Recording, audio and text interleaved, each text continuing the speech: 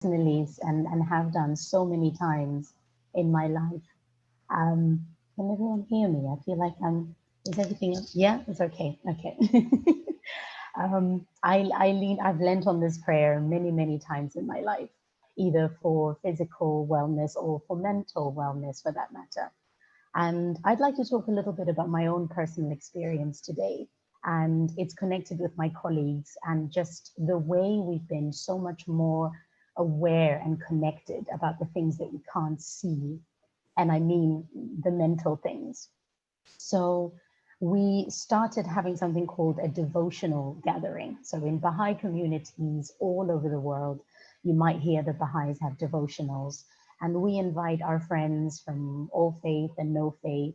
And we read writings from all the holy writings that we can get our hands on. And we get together in a spirit of fellowship, in a spirit of raising the devotional character of the communities that we live in. And I just started to do this at work pre-COVID. And we used to get together in a little quiet space. And it was really to just center ourselves and to remind ourselves of our higher purpose and our calling, the reason why we actually went to work that day. So I work at a primary school. And we often need to just regroup and think, right, why are we here? What is our purpose here? And so we would share writings, we would share prayers. And at first it was a little bit strange, you know, they kind of went, okay, what's Mandisa up to? And they slowly joined in one at a time and then realized that actually it's a lovely place to get to know each other in a much more meaningful way and a side of ourselves that we would not normally see on our day-to-day interactions.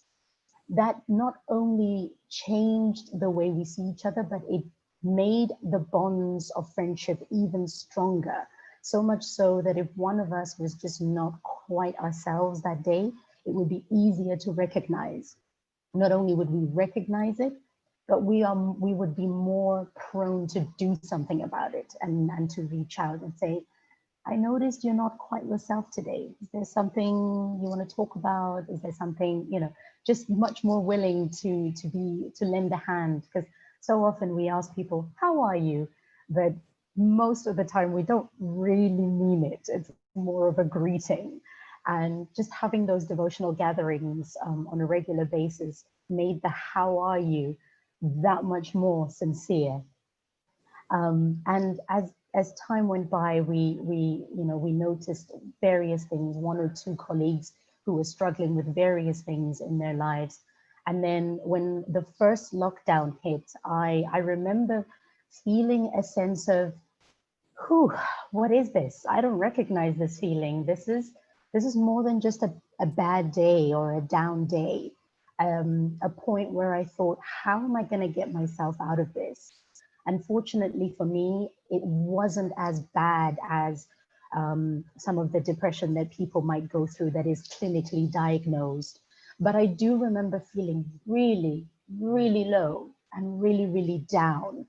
And at that point, it was a real test on my faith because it seemed as though prayer alone was probably going to be a little bit difficult because sometimes when you're feeling really down, you don't even think to pick up a prayer book or to sit down and to say a prayer, because at that point you need another person to take you by the hand and to say that prayer with you, or to hear on the other end of the line that somebody is praying for you, which is exactly what happened. A friend reached out and just kindly said, you know, I know we haven't been talking, I know we're not meeting the way we are, but I want you to know that I'm praying for you. And that made such a big difference. And it helped to kind of lift me out of the slump that I was feeling. Service also was a huge factor in lifting me out of this. Being able to be of service to people in some way. So calling someone and saying, is there something I can help you with? Is it maybe I'm heading to the shops, can I help you with your shopping? Fortunately, as some of the key workers were slowly allowed to go back to work, I was able to return and have a sense of purpose, and that helped me so much. And it reminded me of what Abdul Baha, who is the eldest son of the founder of the Baha'i faith, Baha'u'llah. And Abdul Baha encourages us to visit the poorly or the ill. And he says we should visit the sick when they are in sorrow and suffering. It is a real help and benefit to have a friend come. Happiness is a great healer to those who are ill.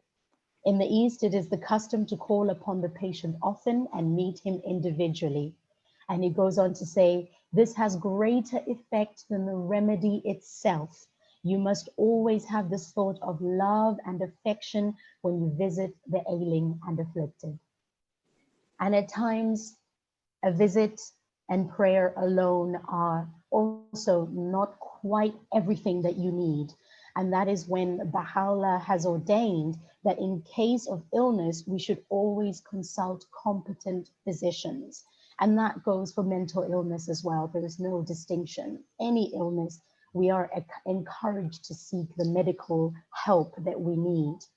To render it more effective, we have to make use of all the physical and material advantages which God has given us when prayer alone is not sufficient. It is an all-inclusive package. We're also reminded in the Baha'i writings that the manifestations of God, that the holy beings that have been sent by God are the physicians that have their pulse on the ills of the world. And we are given this prescription as humanity. We are given the spiritual prescription, and also we are then encouraged to seek the physical and the material prescriptions as well, because we are these multifaceted beings, and we need that kind of dimensional and multi-pronged approach. So that is what I wanted to share this afternoon, and also to, as a lasting message, to just say that when we pray together, we're not only connecting that part of us that is noble and at its highest, but it also makes us aware even more of our connectedness. How much more of a sign do we need than a global pandemic to make us realize our oneness and our interconnectedness, knowing that we cannot have whole and complete lives without supporting each other. Sometimes the message out there is self-help and looking after oneself, which is a wonderful thing. We should look after ourselves. We should take time in our day to make sure that we're okay. But this is definitely a time and a great opportunity to build those bonds so that we are checking on each other and really remembering that interconnectedness.